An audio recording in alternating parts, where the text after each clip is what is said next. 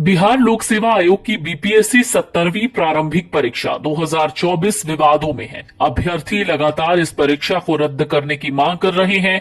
जैसे जैसे तस्वीरें सामने आई, आपने देखा होगा कि किस तरीके से अभ्यर्थियों के हंगामे के बाद जब पुलिस उस पूरे हंगामे को कंट्रोल करती है तो दबादब लाठीचार्ज करती है।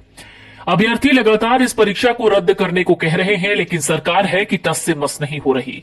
इस मामले में प्रदर्शन के दौरान लाठीचार्ज हुआ, जिसको लेकर काफी हंगामा मचा।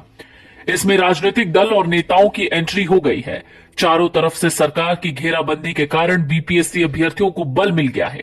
वो आंदोलन तेज करने की योजना बना रहे हैं। ऐसे में साल के आखिरी दिन आपको बताते हैं बीपीएससी अभ्यर्थियों की अगले साल के पहले दिन यानी 1 जनवरी को लेकर प्लानिंग क्या है और वो क्या करने जा रहे हैं, और क्या वाकई बीपीएससी 70वीं प्रारंभिक परीक्षा कैंसिल हो जाएगी।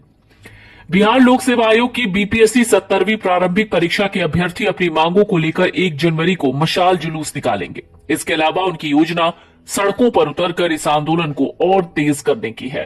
बीपीएससी अभ्यर्थियों के इस आंदोलन को कई छात्र संगठनों का समर्थन मिल रहा है, जिससे ये पूरी मुहिम और तेज होने के कयास लग रहे हैं।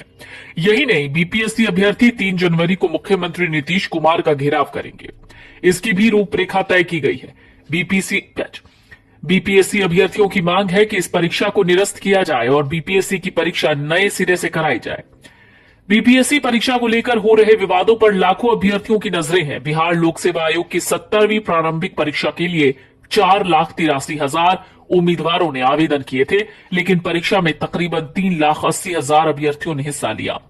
प्रदेश भर में कुल 912 परीक्षा केंद्र बनाए गए। ऐसे में ये परीक्षा मान्य रहेगी या एक बार फिर से नए सिरे से होगी। बिहार लोक सेवा आयोग के इस फैसले पर लाखों युवाओं का भविष्य टिका हुआ है। लेकिन अब सवाल ऐसे में यह है कि क्यों नहीं रद्द हो रही है 70वीं संयुक्त प्रतियोगिता प्रारंभिक परीक्षा। इसका भी जवाब सुन लीजिए। बीपीएससी ने अपनी आधिकारिक वेबसाइट पर बयान दिया कि बापू केंद्र को छोड़कर अन्य किसी भी केंद्र पर परीक्षा का आयोजन दोबारा नहीं होगा। परीक्षा नियंत्रक राजेश कुमार सिंह के मुताबिक आयोग किसी भी केंद्र की परीक्षा के संबंध में संबंधित जिला पदाधिकारी के माध्यम से प्राप्त प्रतिवेदन और अन्य प्रमाणों के आधार पर परीक्षा रद्द करने या फिर से आयोजित कराने का निर्णय लेता है। उन्होंने कहा 70वीं संयुक्त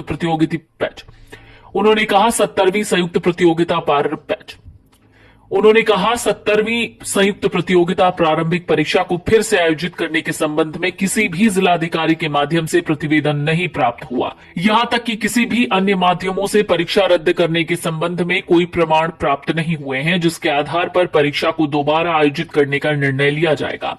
उन्होंने कहा बापू केंद्र के संबंध में पटना जिलाधिकारी से प्राप्त प्रतिवेदन और वायरल वीडियो और अन्य प्रमाण के आधार पर इस केंद्र की परीक्षा को रद्द करने और फिर से आयोजित करने का निर्णय लिया गया। परीक्षा नियंत्रक के अनुसार बापू केंद्र को छोड़कर अन्य किसी भी सेंटर पर दोबारा से परीक्षा का आयोजन नहीं हो।